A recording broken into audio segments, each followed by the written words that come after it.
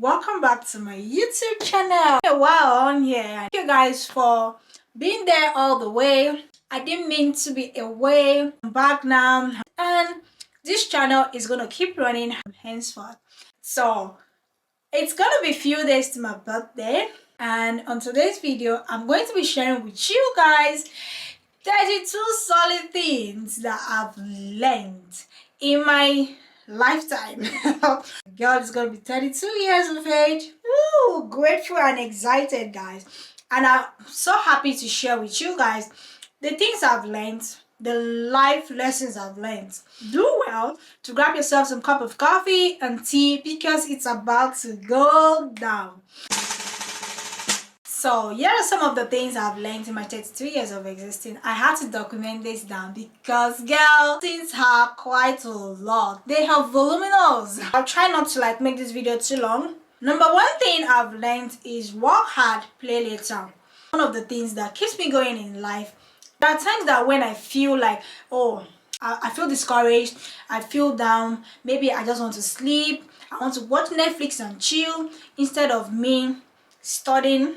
Then when I was in school, or instead of me doing something productive like learning a new course, or instead of me doing going the extra mile even at my workplace, just this thing just keeps coming back to me. I remember this watchword that says work hard, play later. The money I'm able to save now, how much effort I'm able to put at my young age to make it worthwhile would actually show in my old age. When I'm enjoying this money, when I'm going on different trips and people are wondering those are because I've been able to put the investments in at a younger age, and now I'm enjoying the fruit of it. So work hard, play later. That is number one lesson I've learned, and it has taken me so far in life. When I feel discouraged or I feel lazy to do something, I decide to say, oh, no, work hard, play later. Another one that is related to that is the Bible verse that says, a little sleep, a little slumber, so shall your poverty be. I keep telling myself, I don't want to be poor. I don't want to be poor. So instead of me sleeping, I'll be like Mark Zuckerberg and do that research sharp. That will give me extra income, because I don't want to be poor. Let this also be one of your watchwords. Work hard, play later. Especially to the young ones that feel like life is rosy. They want to enjoy life. Invest in yourself, be productive, because it's going to pay off at the end of the day, because you're going to have the benefit of enjoying it later in life. The second one is learn to pay it forward. What I mean by learn to pay it forward is, let's say for instance somebody has paid your school fees, a good Samaritan has helped you to get a job. You yourself in like manner can start a foundation that helps people in getting jobs. That is you paying it forward. That is you helping somebody else. The saying that they say that the good you do today, you might not even be the one to reap it. It might not be your children that will reap it. It might be your great-grandchildren that will reap it. No matter how little the gesture might be, always learn to pay it forward. It's really worth it. You can still bless someone who you think has it all. You don't have to be the receiver alone. Where does this lesson come from? It comes from the fact that I've seen people that I have friends that would say, oh, Arefemi, you're in abroad now. Why would I be sending you money? Are you not in abroad? You are doing well. You are better than us. Why would I be sending somebody abroad money? You don't have to send somebody abroad money, but you could get them a gift. That is you being kind to the person. I feel like even though the person has more than enough, you can still bless them in one way or the other. You would think they will not appreciate your gift, but the thought is what would matter. That little gift that you think doesn't make sense, that if you send it to them, they will not appreciate it, or because they have everything and you don't think, what else does this person need? I don't think they need anything. That little thing that you end up sending to them might be a lifesaver for them, might be something they have been looking forward to doing, they might be looking forward to having, but they didn't have the chance to get it. But you would have saved them. You cannot be a receiver all the time. It's always good you give, and they said the hand of the giver is always at the top. So don't always be a receiver all the time, because you have this premonition that somebody is better than you. Everybody is at the face of life where they should be. Nobody is better than anybody. It depends on the eyes in which you see it. This is one thing I've learned, and I try as much as possible to do it, especially those that I feel like, oh, they are better than me. I still want to bless their life so that more can come to me also, so that grace I can tap into it also. Always learn to choose yourself first. Not heart of selfishness, but heart of self-love. This is something that took me a long time to learn. So growing up, I battled with self-esteem. I didn't love myself. I didn't love the people around me. I was always beefing my parents, beefing my siblings. I just didn't have enough love to give. I always felt like, well, God should just take me away. I bet this stuff I done too much and all those things. But until I went to school and my orientation changed, I met people that had so much love to give, especially when they did not have anything. But these people were even struggling than I was because their parents were even depending on them to send them money home, even while in school. These were people that inspired me to start loving myself. Much embitterment I had, it went away. I started loving myself, I started loving my family, I started having so much love for my siblings, for my parents. I was able to like forgive and know that no matter how the wrongdoings of my parents or no matter the limits they had, they did the best they could for us, that they understood or they were able to do, and I was able to forgive and let go. So always learn to love yourself, always learn to like not put yourself in positions that will make you unhappy or embittered, or you start feeling less of yourself. Choose yourself first in every situation. I always tell women, most especially ladies, choose yourself first. Don't let that guy define who you are. You should be the one to dictate the kind of person you want to date. Define who you are to that guy, and it's whatever you call something that they will call it for you. What works for you should be what you let people know and make aware of. Not trying to please other people. So yourself first is you guarding your heart to a place of peace, you guarding your heart from bitterness, from hurt, finding self-love, self-peace, being happy with yourself, being happy with your journey, being happy even when you're not married. You finding that peace. Hope that things are going to like get better. Whatever you do, ensure you do it for the right reason. Don't ever give room for regret. I've come to understand that always own up to mistakes, own up to your errors, and own up to your choices, either good or bad. Always own up to it. Never, ever, ever, ever, ever give room for regret. Whatever decision that you have decided to make, whatever decisions that you have decided to embark on, whatever it is, be ready to stand by it. Be ready to own up to it. And if you feel like you've murdered it, or dust yourself and try again. Whatever decision I make is always a calculated risk. I have calculated everything. If I'm not sure, then I still put it in my calculated risk that this thing might happen this way, I'm not sure. And if whatever happens, I'm going to own up to it. If you're in a relationship with somebody, ensure it's for the right reasons. Because if you're in a relationship with a married man, there's nothing they will offer you than sex and money. So you now decide that, because you're in a relationship with a married man, he's offering you sex and money, he's going to leave his wife for you. That is a wrong reason why you are in that relationship. And you now come back to say, he hurt me, he broke my heart. What were you expecting? So always do things for the right reasons. Never ever give room for regrets. Never be too proud to learn from your subordinates. Everyone has something to offer. It could be your sibling, it could be your younger one, it could be anybody. Always learn from every opportunity you find yourself. Take hold of every opportunity. You may never get it again. This one has really helped me in life. Like, if I see any opportunity, I'm just going to like try my luck. Whether it's work out, whether it's not work out, I'll just take the risk. The fear of failing, the beginning of failure. You will never know if something will be good if you don't try it. The only way you will know if something is good is if you try it. So always be ready to take risk. Any opportunity that comes your way, just take it. Just try it. If it works out, fine. If it doesn't work out, you learn from it and you move on. Don't let any opportunity slide away from you. When doing business with friends, it sometimes don't end well. From my own point of view, it's not like it's not good for you to like support your friends. I always believe in supporting people, supporting friends. I'm one person that even if you introduce your business to me, I don't need that thing. I will still patronize you just to support your business. But I've discovered that, over the time, because they're your friends, they tend to like want to exploit you in one way or the other.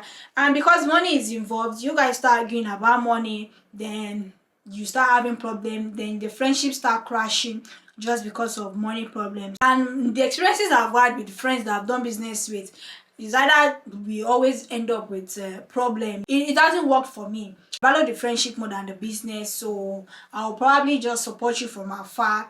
But anything that will involve money, because I don't want our friendship to crash, then I'll just avoid it. And I don't want it to seem like, oh, maybe I'm the one with the issue or something. So I salvage the friendship and let go of what doing business with you.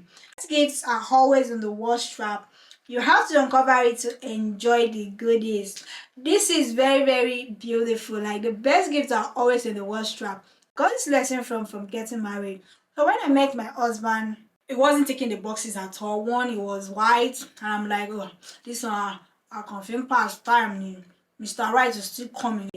An African man I go marry. Something the Holy Spirit kept on telling me was patience, giving time. He's going to come around. He's going to be everything you want. And I'm like, this man that I'm looking, he cannot be anything. No. It turned out that it was the best gift that I ever had.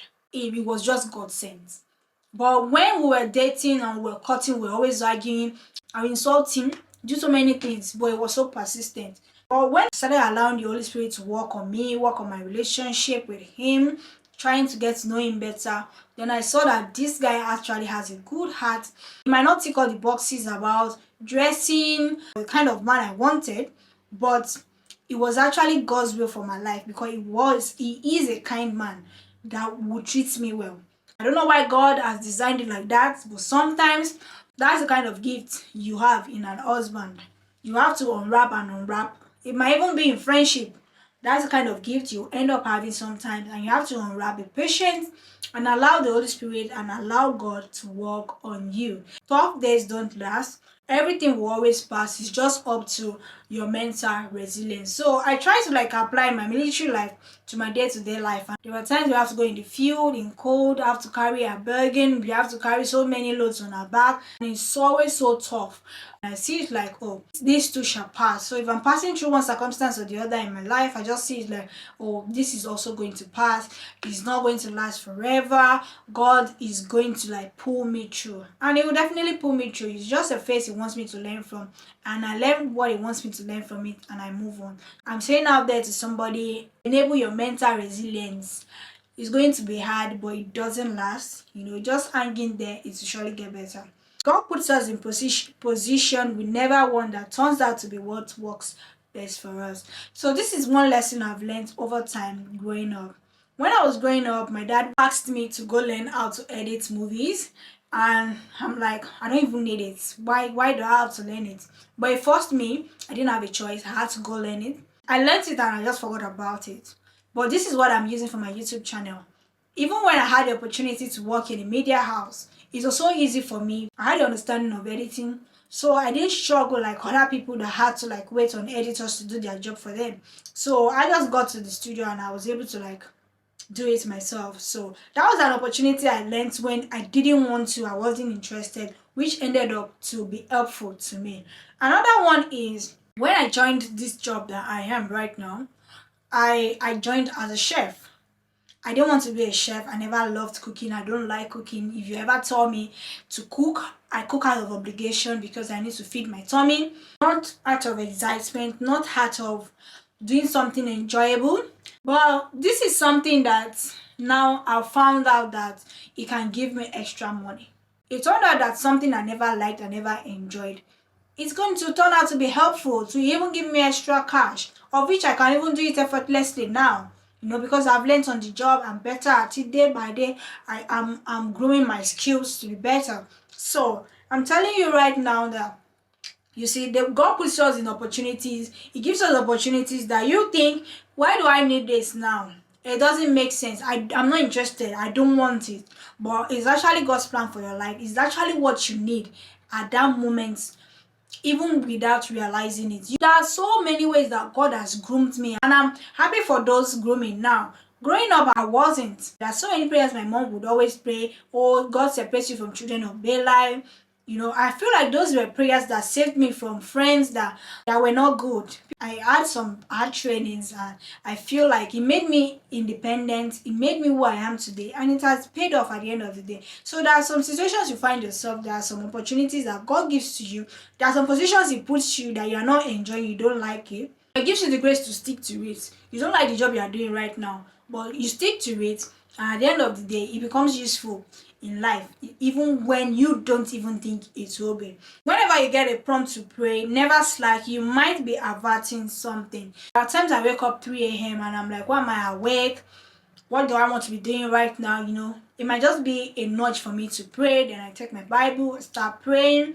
I might not start kabashing or start moving up and down. I just pray on my bed. I keep on praying, I keep on kabashing, I keep on speaking in tongues till I sleep off back. I'm working, I'm cooking, I work, something just drops in my mind to pray for somebody or to pray about something. I just start muttering some words of prayers.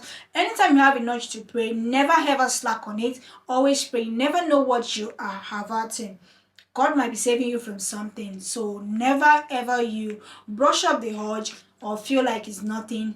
Always, work on the prompts and pray as you can. Always pray about everything, no matter how flimsy they may be. This was one lesson we learned from my mom. So when we were looking for something as crazy, as flimsy as a pen, my mom would say, "Oh, have you asked the Holy Spirit?" And we will be like, why should I be disturbing the Holy Spirit for things like that? It's just a pen, duh. But with time, when we have understood that, we've come to try doing it that way, that we ask the Holy Spirit, "Oh, Father Lord, please direct my steps. I don't know where I dropped this pen. Could you please, or where can I find it?" You find out that the Holy Spirit actually directs you to places that you're not checking to actually look for that thing. So always pray about everything. No matter big, small, there's nothing that is too small for God to deal with. Just like there's no sin that is too big or too small for God to forgive. So there's nothing that you're going to ask God that is too small for Him. No matter what it is. Even if to the slightest of your feelings, like, "God, this is the way I feel. I don't know why I have this feeling." Just tell Him. He will always work on it. Always set boundaries, be it friendship, work, or relationship. Yes, guys, this is very, very important. Always learn to set boundaries. Whatever you not take as a rich person, don't take it as a poor person. If you know that you are somebody that you will not tolerate people talking to you in a certain way, don't let that thing get cold before you say it. Just say it immediately. "Oh, I'm so sorry. I don't like the way you approached me today. I don't like the way you spoke to me. Please don't do it again." You let it end there. Not like 5 years later, then you now come to say, "That is how you now did that thing 2 years ago. I don't like it." Then you now burst suddenly because you don't want to. "Oh, I'm not a confrontational person." No. The way you can avoid not being confrontational is setting boundaries. Be it your relationship with people, you're dating, you're in a relationship with a man. Let people know your boundaries. Let people know that I will not tell you I'll do something, and at the end of the day, I will not do it because I feel like my integrity is at stake. So set boundaries in your friendship and in your relationship. I'll end these lessons here for now, and I'll do a part 2 of this video. So do well to watch out for the part 2 of this video. Until I see you in my next video, guys. Thank you so much for watching. I hope you've learned 1 or 2 things. Do not forget to subscribe on this channel. Do not forget to check out our other videos. And bye for now, guys. I hope you still want